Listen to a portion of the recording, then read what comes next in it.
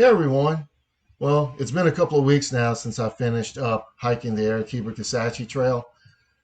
So I decided to go ahead and today talk about the trail overall, give you my overall thoughts on the experience that I had in the last year and a half that I've been hiking it a little bit at a time.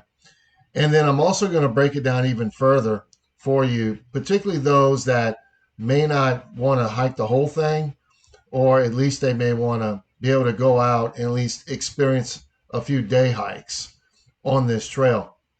So, just to go ahead and start, I got to tell you that based upon the route that Eric came up with, it was fantastic. I really wouldn't have changed anything the way he set this up. He hit all the high points, all the trails that you would want to experience as part of this conceptual trail or suggested route that he came up with. And you never really felt like you were double backing and going in the opposite direction. It was fairly linear overall. And so I would say to anyone that is looking to through hike something that's going to take you a little under 2 weeks, particularly if you live along the Gulf Coast, I would highly recommend that you consider doing this. A lot of people that want to go on these long distance hikes, whether it be a goal to through hike something like the Appalachian Trail, or even if they want to go up to, say, Arkansas and they want to go hike Ozark Highlands Trail or the Ouachita Trail, you could always go to Kisatchie to get yourself prepared mentally and physically for something of a greater task to complete. So I'm going to break down the sections of this trail as well today for those of you that may just want to section hike it, or maybe you want to do it in sections, but you'd like to know which are the ones that you may want to start with. And then, of course, always I'm going to give you some key points to look out for in those sections. And then I'm going to talk a little bit more later about if you just want to do some day hikes. But I'm going to go ahead and start section by section here. And if you recall, when I started talking about this trail, I broke it down to 4 sections that I think really fits this trail. Coming in at number 4 is the roadwalk section of the trail. Obviously, because it's a roadwalk section, it wasn't going to be high on the list, especially compared to the other 3 sections. However, I've watched a lot of YouTube videos over the last several years where I've seen people hiking some long distance trails across the country that do include sections of road walking. And compared to what I witnessed, this was a very pleasant road walk. You enter and exit the 2 Kisatchie districts that are part of this road walk connector. And the total of this road walk is in between 35 and 40 miles. I talked more about it when I had completed those road walk sections, parts 1 and 2. And in the future, it may be about 2 to 3 miles shorter than what we hiked, but you can be prepared for it to be in that range no matter what. So when you enter and exit those districts, you're going to be on gravel roads or dirt roads, which are pleasant to walk on, and you're not going to have a lot of traffic on them either, obviously.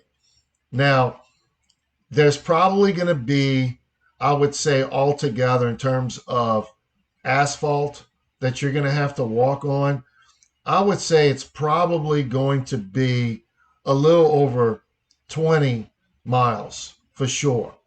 Along that, you have about 7 miles that's not paved when you're coming out of the Kisatchie district, and then there's about another 3 to 4 miles that's not paved either. So you're looking at probably closer to 25 miles in that range that's going to be along asphalt. Of course, for any of you that have walked a long distance like that, it does wear you down quite a bit when you're going through the same repetitive motion over and over again on a flat, hard surface. So just keep that in mind, that you're going to have about that range to have to walk on asphalt. But then when you look at those roads in general, especially when you're going southbound, it's not much traffic. And the only parts that I think you're going to have to deal with a little more traffic is when you're getting closer to Highway 8, which is, if you're going southbound, about 4 miles before you get to Clifton, Louisiana. And then from that point on, it's a straight shot. So vehicles do tend to go a little faster. But when we hiked that section, the drivers were fairly courteous. They weren't, just basically staying in their lane completely. Now, of course, the one section that I talked about in the second half of the road walk is that portion along Louisiana Highway 28. It's a 4-lane highway, speed limit 65 out there. And we walked it for 3 miles, and it wasn't really all that bad, but there were a lot of drivers, unfortunately, that didn't move over into the left lane when they could have. So that's one of the reasons why, and I'm not sure when this is going to happen. I would say probably in the next year, we're going to start having conversations with that one little section that I talked about that's private property. And it's probably not going to be an issue, but be prepared if we're not able to get permission along that stretch to cut down the road walk along Highway 28 down to a half of a mile. So it may still be 3 miles, but it's at least they're not walking 10 miles along that highway. But once you get south of Highway 28, it was very pleasant, and you really didn't have to deal with a lot of traffic, along with the fact that you didn't have to deal with a lot of vehicles going fast either, because those roads are very narrow with a lot of curves. I think the speed limit on average was probably 35 throughout much of that section, going down Ian Johnson Road, connecting with Cutts Road, before we ended up getting over to Louisiana Highway 121. Now, as I pointed out in the second half of the road walk section, you can cut about 2.5 to 3 miles off of your hike if you just go north along that highway and you pass that post office in Otis where we took a break. Just keep in mind that it is a fairly busy road and they go fast. And there doesn't seem to be a whole lot of room on either side of the road to walk, which is why I would suggest you don't do it. Unless you're in a pinch and you just need to get to camp, I would just follow the route that we did, and it was very pleasant. There wasn't that much more asphalt to walk on, very little traffic. Most of it was gravel and dirt roads because we were re-entering Kisatchie National Forest, now in the Calcasieu District. So the thing that you have to keep in mind the most is that there's only one legitimate place along the route where you can resupply and be able to use a public restroom. Obviously, that's just one of those things along a road walk such as this. The good thing about it, though, is it's fairly close to the halfway mark. I would say it's about 6 miles off. It's about 12 miles coming southbound. Therefore, you're looking at more than likely about 24 miles or so if you're going northbound. But they do have a lot of things over there that you can pick up along with some hot food.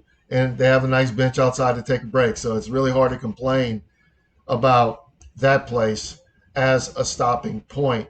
Now, in regards to camping out, I would just suggest that you seek out some of the churches in that area, because obviously you're not going to do that whole road walk more than likely in one day. You're going to want to take a break. And I've mentioned it several times in my videos. The community of Clifton is a great place to stop because it's around the midway mark. It's about 18 miles in each direction. There was about 4 churches in that stretch. There's a couple of them a little further out as you are headed back across or right before Highway 8 if this time you're going northbound back towards the Caroline-Dorman Backbone Trailhead inside the Kisatchie district. I haven't talked to them all, but just talking to some of the people out there, they're very friendly. And generally speaking, a lot of these smaller churches in the South, if you at least let them know in advance what you want to do, more than likely they're going to be cool about it. And if they're not, you do have some other options. So I would suggest you just reach out to them. I don't have a lot of information on that. I try to slow down and show some of these churches, particularly in part one of the roadwalk section where we were coming across a lot of them, at least to show you about where it was in proximity along the trail and try to get a few signs in. But I would just Google search it, and eventually you'll probably be able to get some good information on who to contact. But in general, it is a very pleasant section to hike, even though it's a road walk. But again, compared to the next three sections I'm going to talk about, I have to place it at number 4. Coming in at number 3 is the Camp Claiborne section. Now, I'm probably going to talk more about this section than the other 3, just because there's still so much unknown for me compared to what I do know. I've never hiked that area before. I've only driven through it a few times.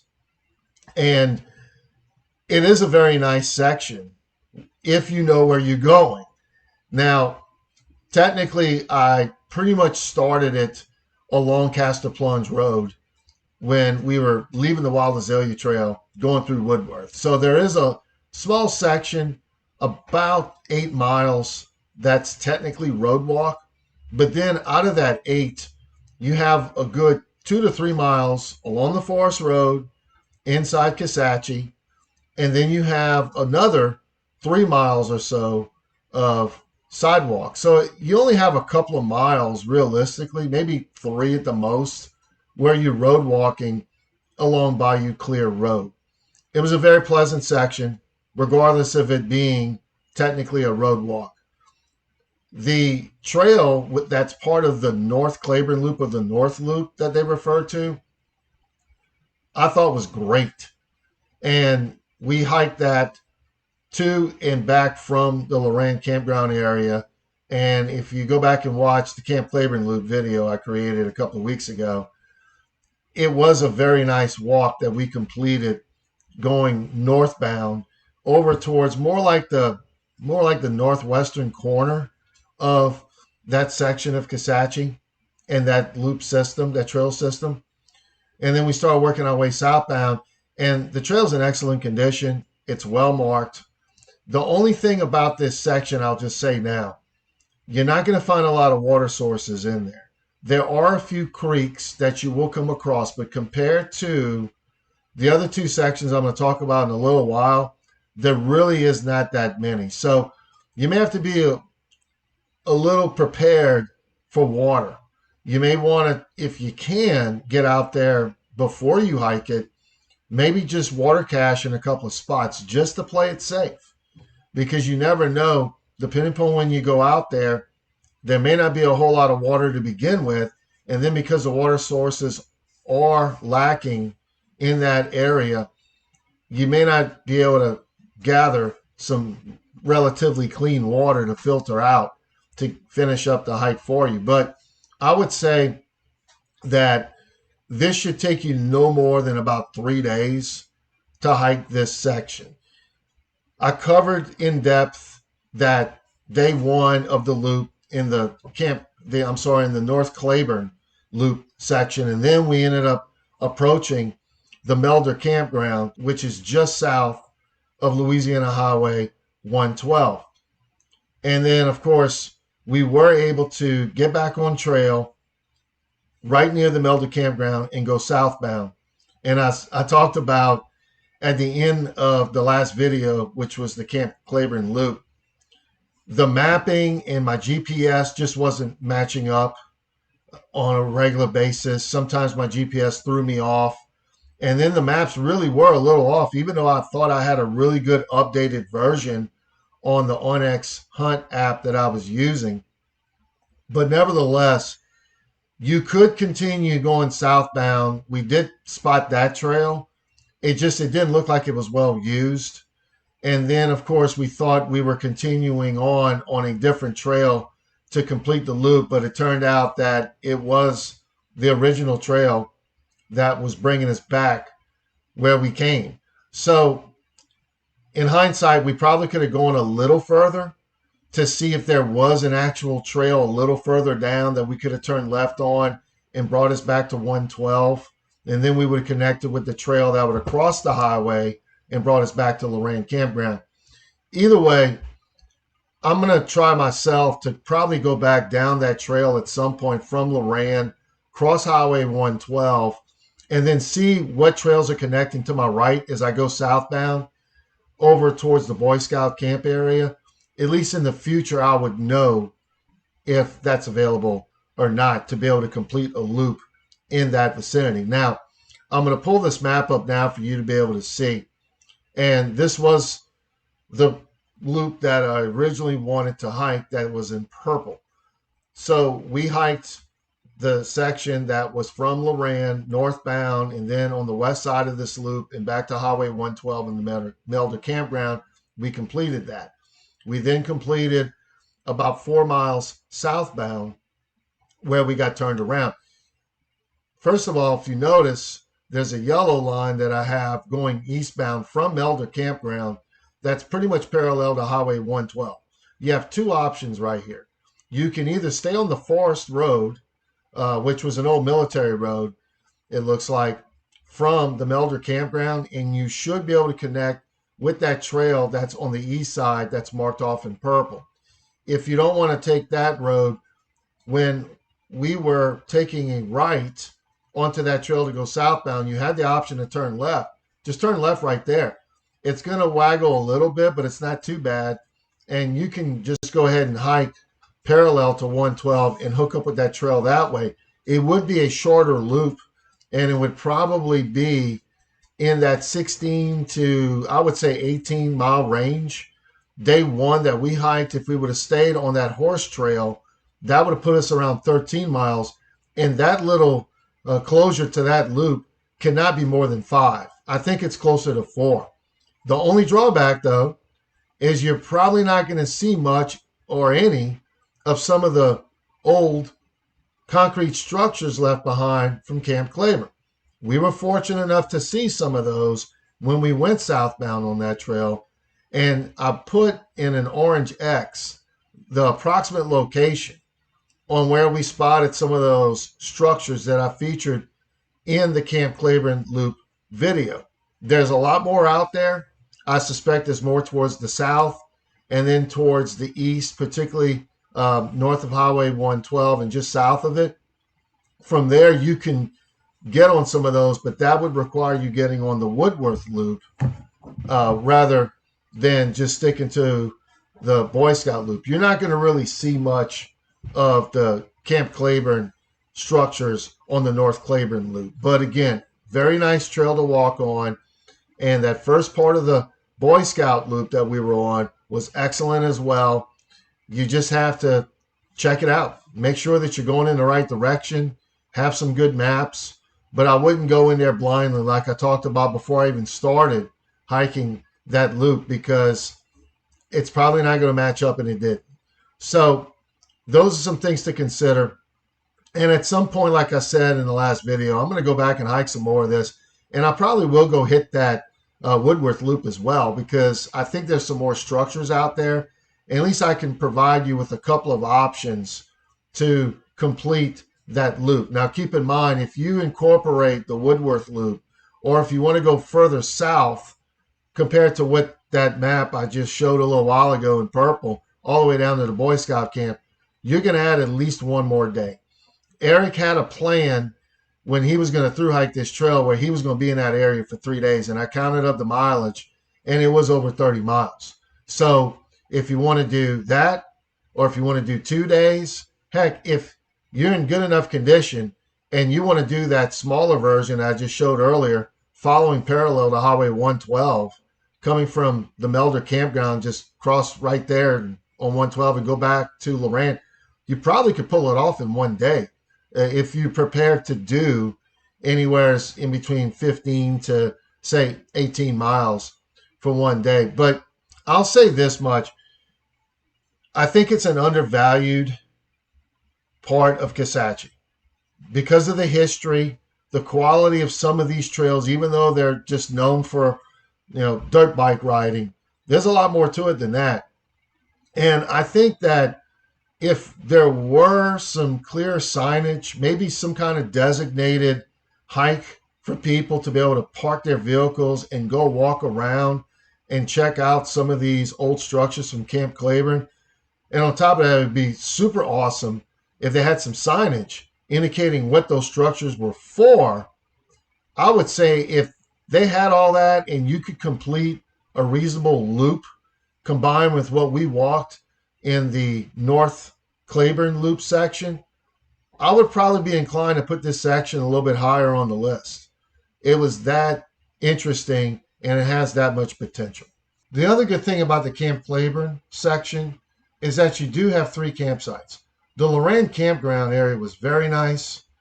They have a lot of designated campsites. There's a public restroom. It's easy to get in and out of. It only costs you a few dollars to reserve for the evening. And the Melder campground, even though it doesn't have all the amenities and it's a horse camp, it's a nice wide open area. So there's plenty of room for parking.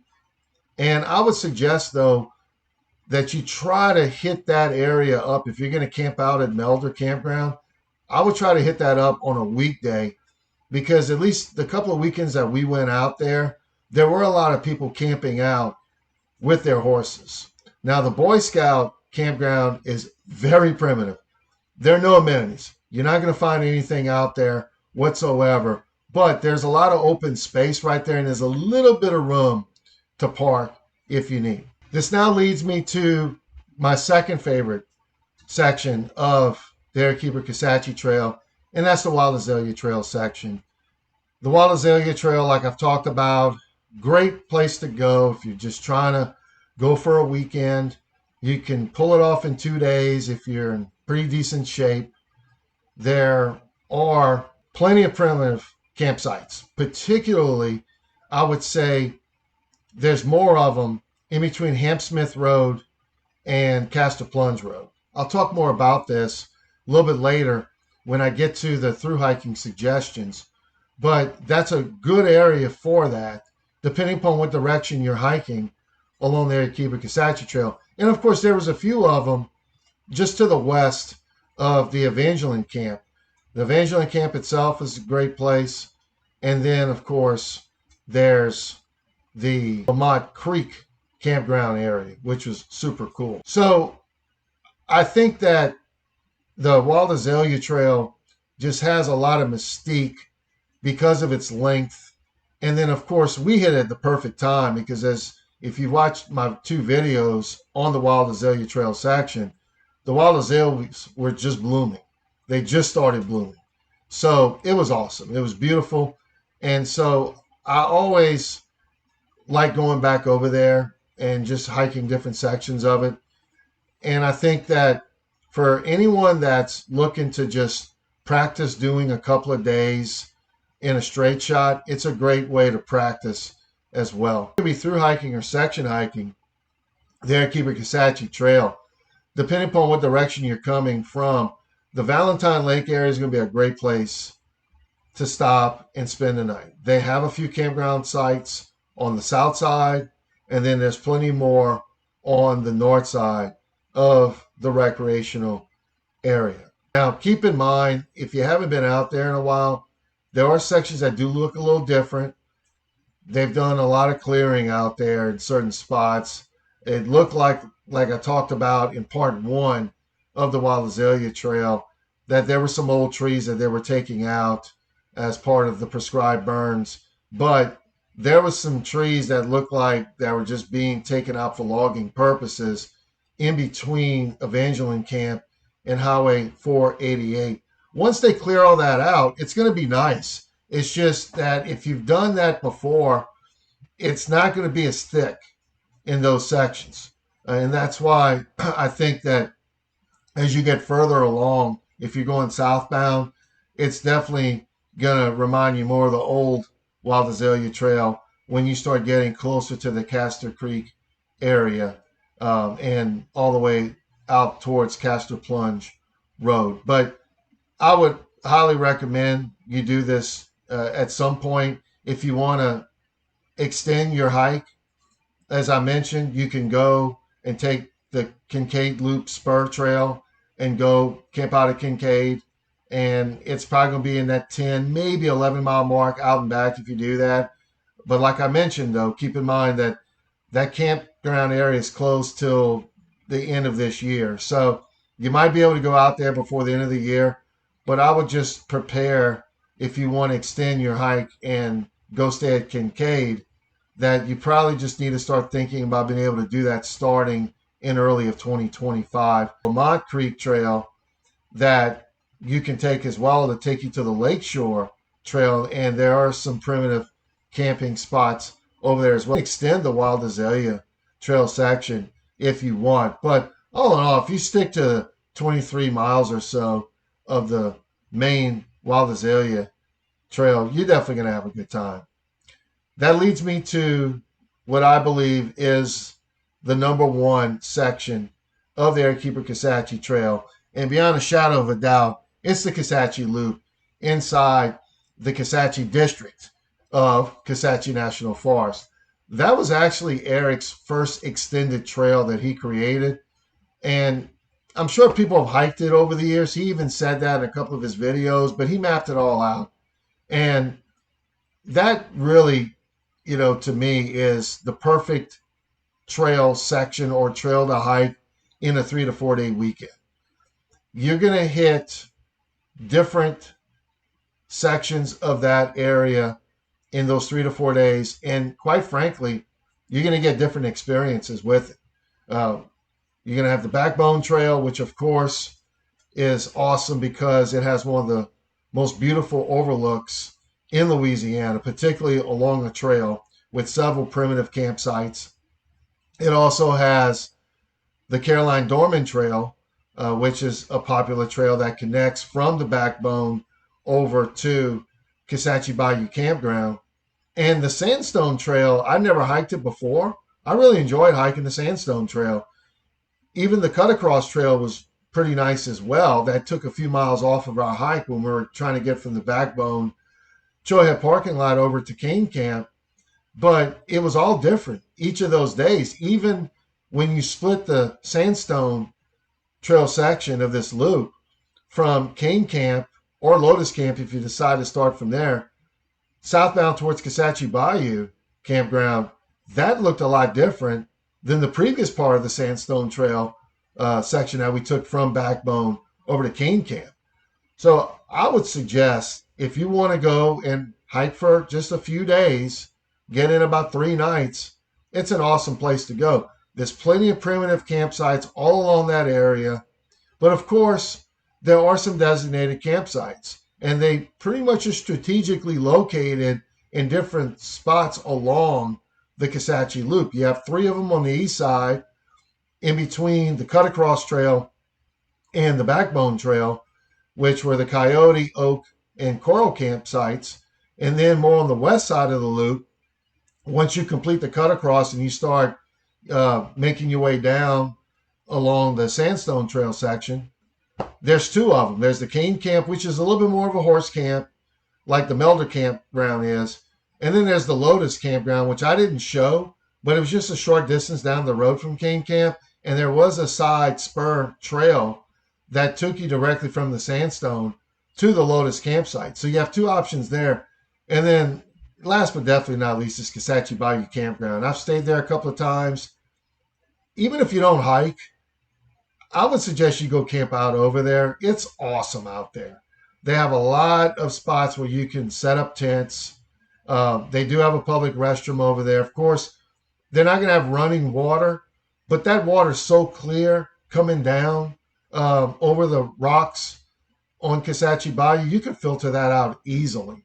And going back to the water, if it's not too cold when you go, it's great to just go swimming in there. The water is that clear, And it's just a great experience. You don't feel like you're in Louisiana over there, much less even the entire section of the Kisatchie Loop. It feels like you would be somewhere up in Arkansas or even maybe sections of the Appalachians.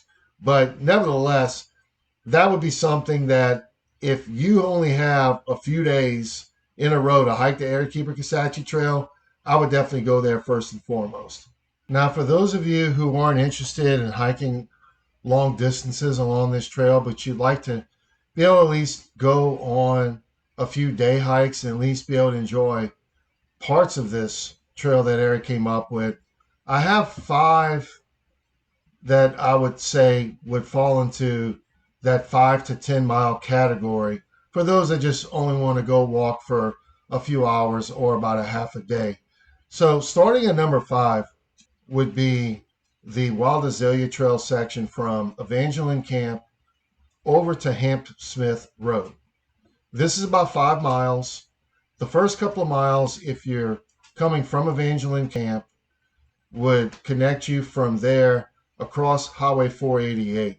Now, you can go even shorter on your hike and maybe even do it out and back if you just park at Highway 488. But you're only on a very short distance of Messina Road, which runs parallel to that parking lot at 488 and runs you right up to the Evangeline Camp. So you pass it twice along the way. Nevertheless, it puts you out back on the single path nature trail section where you enter Castor Creek area. It's a beautiful section.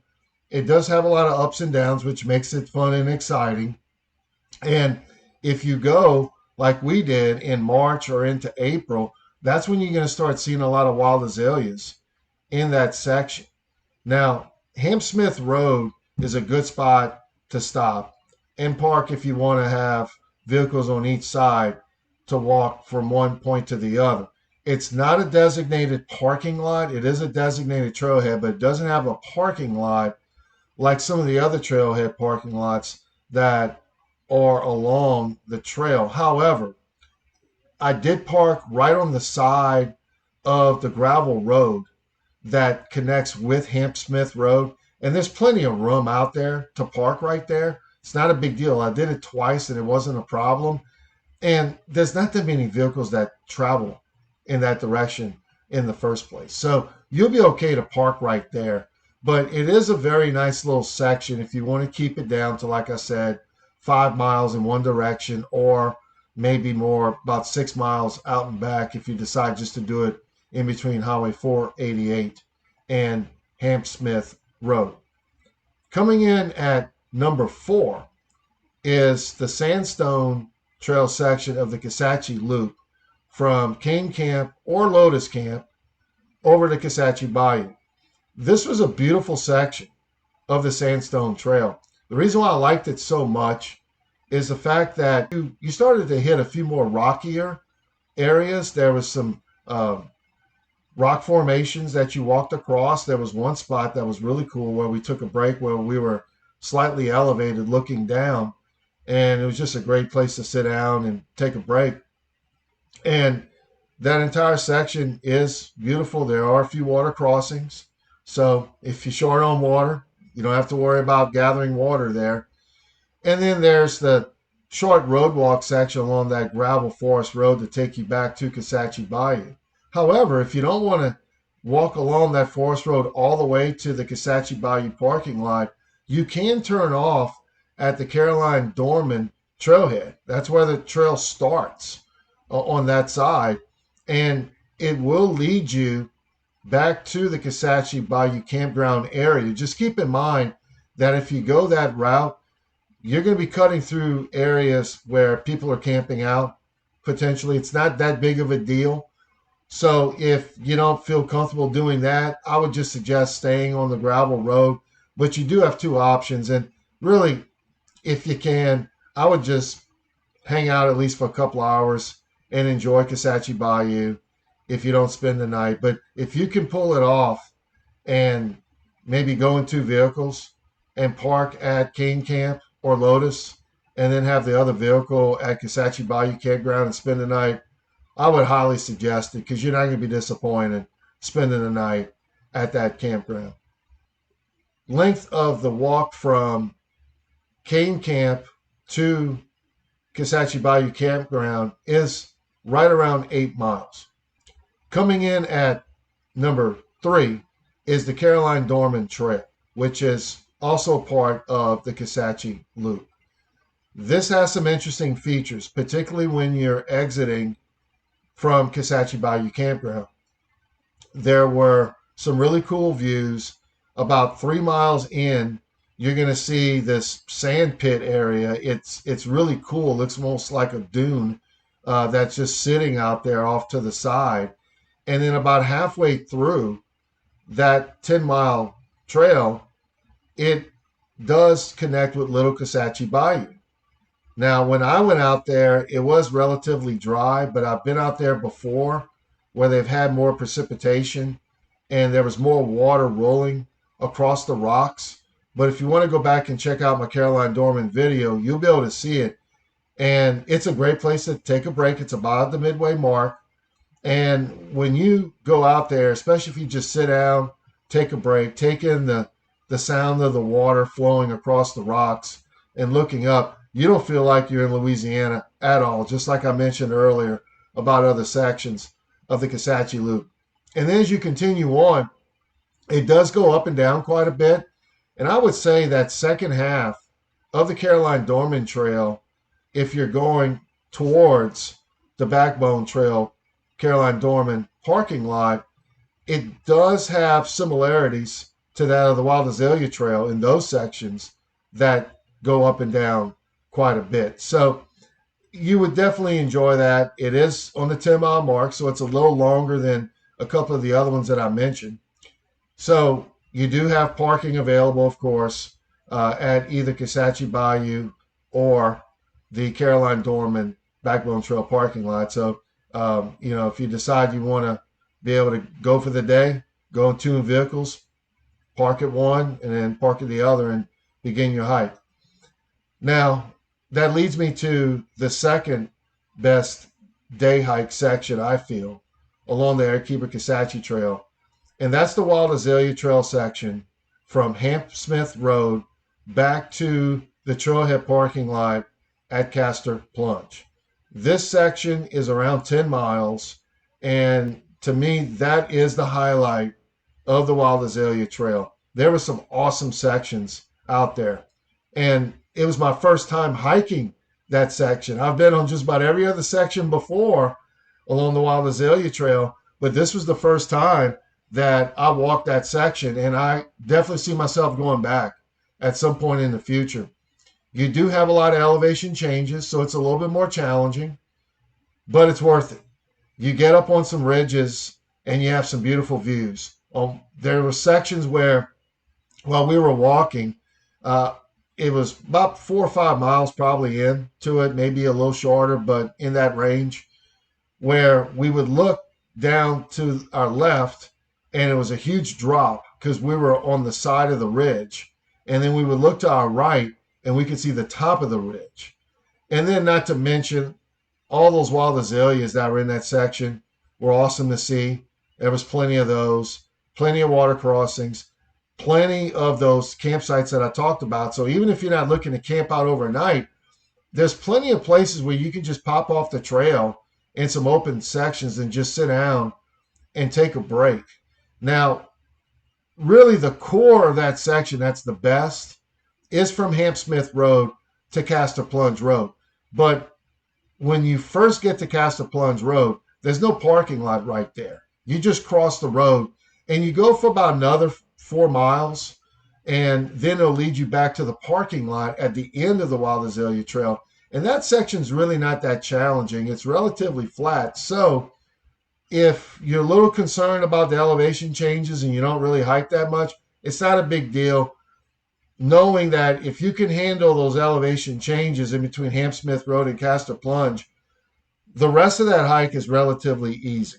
But definitely, I would say if you're going to go along the Arequipa Kisatchie Trail, and particularly of the Wild Azalea Trail, that would be the section I would go on, which is why I place it as the second best overall. And now that leads me to the best section for the day along the Arequipa Kisatchie Trail, and that's the Backbone Trail. No doubt, it has a lot of different elements to it. If you're traveling the way I did, coming from the Backbone Caroline Dorman parking lot, you're going to go up on the ridge. So it's going to wind you a little bit if you're not used to it, but that's okay because it doesn't last that long. And it's worth it once you get to the top of that ridge. That overlook is phenomenal. It is something that you're just not going to find too many places in this state. Really cool thing about it is there's plenty of campsites right around there.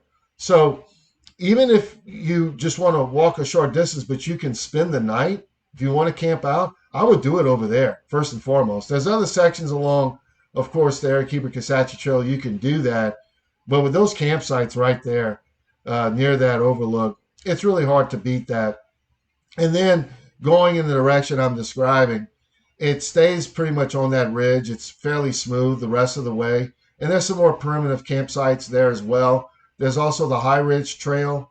That's about a mile long that connects closer to the Melrose Road parking lot on the west side of the Backbone Trail. And then back the other way before you get to that overlook area coming from the Caroline Dorman Backbone parking lot, there's a Turpentine Trail. So you could extend your hike a little bit if you want to, do a little out and back. But the Backbone Trail is definitely one of the best trails in the state.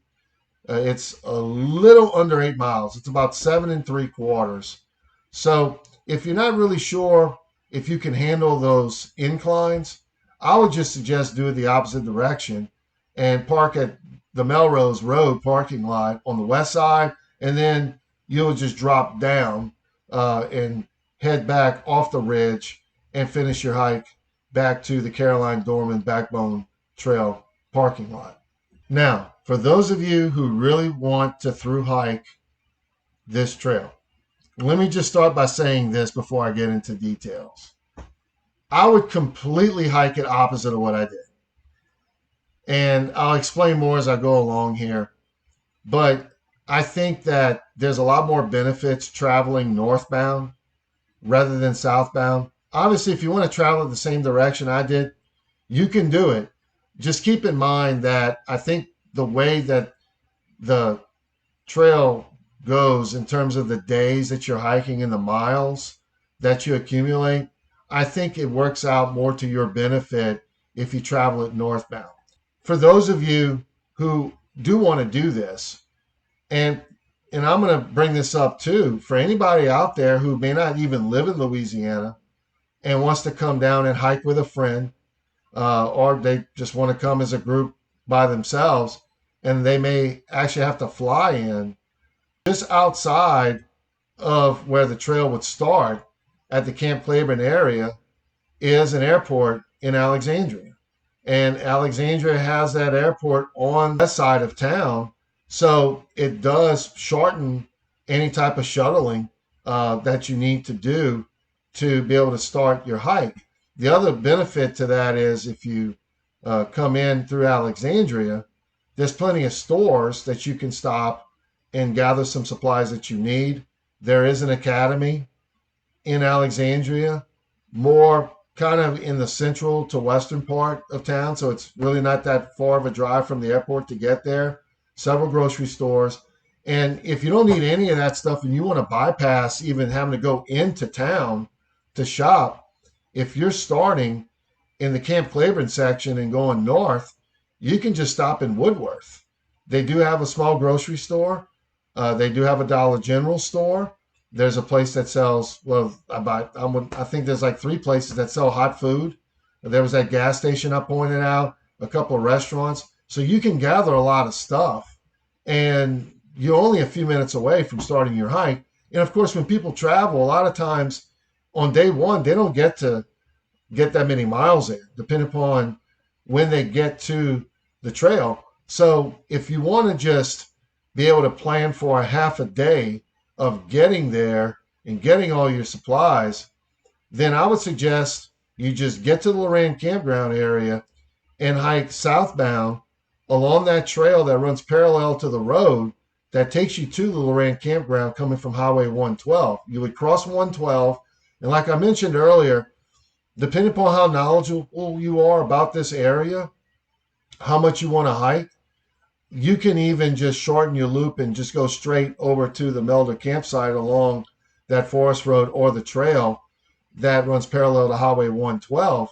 Of course, if you want to extend your hike, you have a couple of options. I mentioned the Boy Scout loop. You can follow that map I showed earlier. And there's also an extended route where you can go and cut across through Woodworth Loop and then the Boy Scout loop. But no matter how many miles you hike in that section or how many days that you decide to hike, you do have some campground spots. So the Boy Scout campground, there's the Melder campground, and of course the Lorraine campground. So you can start and end that loop and spend even 2 nights over at the Lorraine campground. Now, finishing up the Camp Claiborne section from Lorraine campground to the Wild Azalea Trail parking lot at Castor Plunge is about 10 miles. Most of that's going to be relatively easy. The good thing is, too, as I'm describing all this, is that if you start at the Camp Claiborne area, it's the southernmost section of the trail, which also means that it's the flattest part of the trail as well. As you work further north, you will experience more elevation changes. Now, of course, we're talking about Louisiana here, so it's nothing drastic, but nevertheless, it can prep you up a little bit at a time with higher elevation changes or more frequent changes if you travel it going northbound. So exiting Camp Claiborne area, it's still relatively flat, and then it's going to bring you into Woodworth. So if you need a resupply, you can resupply at that point. So you don't need to pick up that much before you start the trail, because then you're going to be coming right back around into Woodworth, and you're only a few blocks away from those places that I mentioned earlier. And then as you get to the Wild Azalea Trail, just be prepared to try to hike about another 6 miles or so before you hit those first really good campsites. The first one, I believe, is Living Loving Creek as you're traveling northbound. And of course, there's several more after that. But keep in mind that if you want to get from Lorraine campground to the next real camp spot area along Wild Azalea, it's going to be probably closer to about a 16 to 17 mile day. But again, it's relatively flat along much of that section of the Wild Azalea Trail. You're not going to start getting any type of elevation changes for the most part until you get closer to crossing Castor Plunge Road. So it's only going to be the last couple of miles that you start experiencing that. Now, what I would say after that is, depending upon what kind of condition you're in and how quickly you want to finish the Wild Azalea Trail section, you can try to finish it the next day. Just keep in mind that you're probably going to have to do about another 15 to 16 miles to complete the Wild Azalea Trail section. And if you don't want to do all that, what I would suggest is try to find a campsite either as early as Evangeline Camp, or there's a few in between Evangeline Camp and Valentine Lake that I pointed out in the part 1 video. So what I would suggest is, if you decide you don't want to try to finish it in 2 days and you want to try to finish it on a third day, at that point, you would have been hiking for about 5 days or so. I would either Nero in to Valentine Lake, or the next day, if you just, want to just take a break and you've done the Wild Azalea Trail in 2 days, I would try to stay at Valentine Lake campsite because it is nice. And if you do need to be shuttled, it's going to be easy for people to come pick you up if you want to go back into town and resupply some more. If you don't want to have to go back into town, only about 2 to 3 miles from the Valentine Lake recreational area, there are some options. All you have to do is just go and follow along Highway 28 a short distance. There's a Family Dollar, Dollar Tree, and a Dollar General on the same side of the road. And right across the highway, there's a Little Boo's convenience store. And they sell a lot of stuff in there. They have some things that you can pick up, even though it may be limited for supplies. I would probably stick to the the Dollar General and Family Dollar stores, but they've got a lot of excellent hot food. They have a menu. So if you want to get some hot food, it's a good place to go. Now, if you don't want to do any of that and you don't want to camp out at Valentine Lake, then I would suggest get shuttled to wherever you want, get your supplies, and on the west side of Alexandria, near the airport, are some hotels. So it's not that far of a drive for someone to transport you back and forth from Valentine Lake to the hotels. Now, once you finish the first two sections going northbound on this trail, you're now going to be starting the roadwalk section. And I've said this time and time again, but I want to remind you, you only have one place that you can stop for resupplies, and that's the Country Corner, which is about 4 miles west of Highway 8. So more than likely, if you're traveling northbound, you're not going to come across it. You're probably going to want to stop beforehand, and like I've said before, Clifton's a good place. But if you just resupplied, it's not that big of a deal, obviously. The next day, you can go ahead and stop and maybe get some hot food and pick up a few more supplies before you continue your hike. Just keep this in mind. This is going to be your last stop along the trail for supplies. So you probably want to pack down, depending upon how much longer it's going to take you to finish the hike, at least 4 days, probably closer to 5 or 4.5 at least. So that's probably going to be like the heaviest pack weight that you're going to have is when you continue on the roadwalk section from the Country Corner store, headed back into Kisatchie, and eventually get to the Caroline Dorman Trailhead. But again, it's a roadwalk, so it's not going to be that challenging. You're going to have a few elevation changes along the way, of course, particularly as you get closer back into Kisatchie National Forest. Now, I tried to point this out in the first half of the roadwalk section when we were leaving that area, talk about the Caroline Dorman parking lot area, traveling the opposite direction. There are some spots I showed in the video where it looked like there were some flat spots not far off that forest road. So if you're not able to make it all the way to Caroline Dorman Backbone parking lot, you probably could just get off the road and find you a spot to camp out if you need to. And then, of course, if you can make it to Caroline Dorman, there were some spots that I couldn't see, but I kind of showed the vicinity, not far from the parking lot and the trail, where you can set up shop. But I don't think it's going to be a big deal if you need to set up your tent. There's a lot of, in the parking lot, there's a lot of grassy areas right there. If you need to do that for the night, it shouldn't be a problem to be able to do that. Then after that, I would just continue still opposite of what I did. You just road walked for 35 to 40 miles, give or take, road walking for the past 2 days. I would just take a shorter day and just hike the Caroline Dorman Trail section over to Kisatchie Bayou. It's only about 10 miles, and you'll be able to reward yourself. I mean, you'll be able to sit back and enjoy after 3 days of hiking without a break, be able to enjoy the campsite, be able to go swimming, take a nice little break. And then depending upon how quickly you want to finish the loop, the next day that I hiked, which I mentioned was to me one of the better day hikes from Cane Camp or Lotus campsite to Kisatchie Bayou, is less than 10 miles. You're going in the opposite direction. You're going to be crossing, won't even need to go to those campsites if you're going straight, not stopping. You're going to cross the Longleaf Vista Byway nearby those two campsites, and you're only going to be about 8 miles in. So if you had a shorter day the day before and you got some nice rest over at Kisatchie Bayou Campground, you're probably going to be inclined to go a little further. There are some primitive sites along the way. There's a nice stretch where it's wide open in between Longleaf Vista Byway and before you turn right onto the Cut Across Trail. There's a few other spots as well. There's Bob's Creek, I believe is the name of it, right when you get on the Cut Across Trail, and they had a little bit right there as well.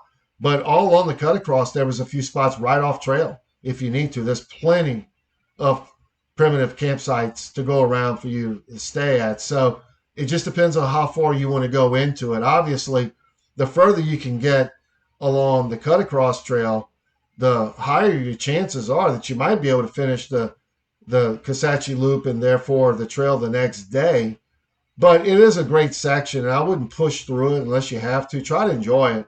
But I would say you could probably get onto the cut across trail and somewhere's in there camp out, and that should be good for you to be able to stop. Now, you could really get aggressive and get all the way to cut across trail and get to the coral campsite, which in that range, I would say is probably going to be around 16 miles to hike all that, to get from Kisatchie Bayou up the sandstone and across the cut across trail to get over there. So, I would just cut back on the miles a little bit if you're not in a rush. And from there, just see how far you can get. I mean, there's a lot of different ways you can finish this. I think one way that'd be really cool is if you can get a little ways along the cut across trail, I would finish up the next day, make it the second to last day, shall I say, and get back on the sandstone trail past those 3 campsites, get on the backbone, and camp out the final night at that overlook, which would put you in the last 3 to 3.5 miles of the Arequipa Kisatchie Trail. And of course, you can just drop down the ridge for that short walk back to the Caroline Dorman Backbone Trail parking lot to finish up your hike. But at least you have a lot of options on more of that east side of the Kisatchie Loop. So if you want to cut the miles down and really do it more in 4 days, then you can just get from wherever you camp out at after you leave Kisatchie Bayou the next day, stop at one of those 3 campgrounds, spend the night there, and then you could finish your hike the next day along the Backbone Trail. But definitely go in that direction, because that's going to be the highlight, in my opinion, of the entire hike, is that overlook on the Backbone Trail. So try to save the best for last if you can. But again, you can travel in the opposite direction. Natchitoches is not too far away from the Kisatchie Loop, but it is further than it is Alexandria to the Camp Claiborne area, or the Wild Azalea area for that matter. And they're not going to have quite as many options, but there are some grocery stores there as well. I don't think they have an academy or anything like that, but I think there's a Walmart there that you can pick up some additional supplies like camping equipment and whatnot if you absolutely need to. Just keep in mind, though, for anyone that does want to fly in, if they're not from this area, you're going to have to probably get on a plane, whether it be, driving from the Kisatchie Loop back to Alexandria, or if you go the opposite direction and you start near Natchitoches, of course, it'll be a shorter distance back to the airport if you're going to be leaving that way. But I would say that for anyone out there that's interested in this trail, go back and watch the videos if you have not already. Eric does have a map on his LouisianaHikes.com website. However, I'm going to have more detailed mapping in the near future. I'm going to put some things on my Facebook page, and then once I can really figure out that Camp Claiborne loop once and for all, I'm going to upload that part as well. And then down the line too, we're probably going to try to find a way to have an interactive map as well that you can pull up while you're hiking the trail, which would be really, really awesome. At some point, I really do hope that this becomes an official trail where there's actual markers and maps and such.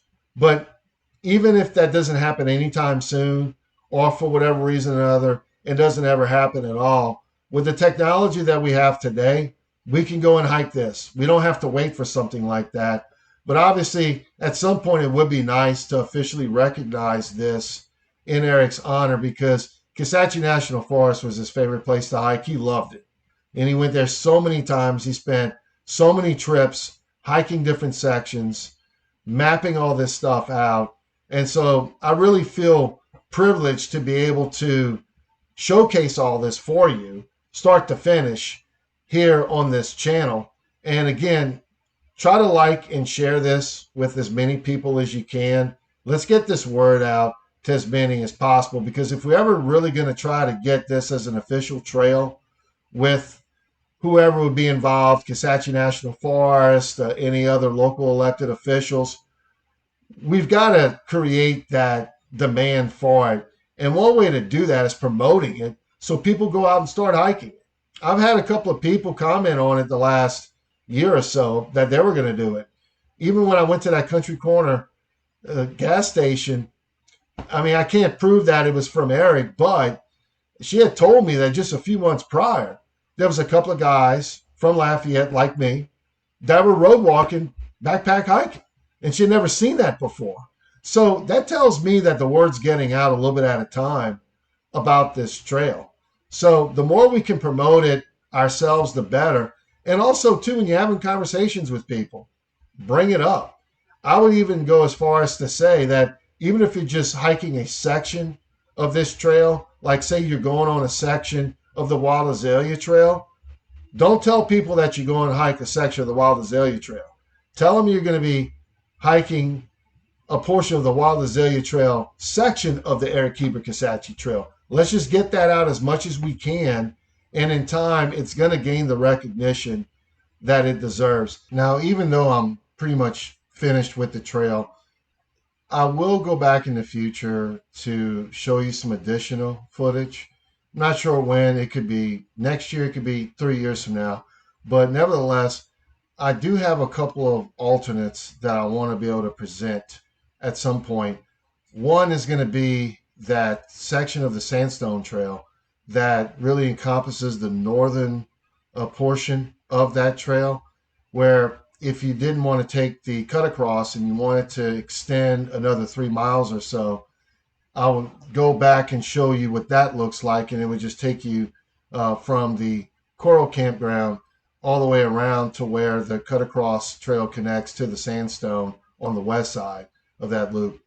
And of course, Camp Claiborne, I'm going to find a way to go back and figure out a way to complete that loop. So it may look in variations. I may end up having more than one. I may just show you what it's like to complete the loop along that yellow line I showed you on the map. That would be very short to get from Melder back to Loran. Also, if I can go back and figure out where I was supposed to pass, I can do that as well, coming from that area I showed you earlier, where we had spotted all those old concrete structures. And then there's always a possibility that, you know, I can extend the loop as well. I'm probably not going to try going all the way down to Boy Scout camp from that trail. There's a chance I might, but probably not. So my other thought will be to have an alternate loop where I can go in the same direction I was describing earlier, coming from Melder parallel to 112 and cross 112, but then go the other direction more towards the east and hit that Woodworth loop that has a few more things that I think are still there from Camp Claiborne. And then, of course, it would lead you back to the Loran campground. So, again, I'm not sure when I'm going to do all of that, but at some point in time, I'm going to probably go back and cover those and add them into the playlist and put them in the order of where you can go if you want to choose those routes instead. So thank you for watching. I hope that you've really gotten a lot of good information from this video, and I hope you go out sometime and enjoy the Eric Heber Kisatchie Trail.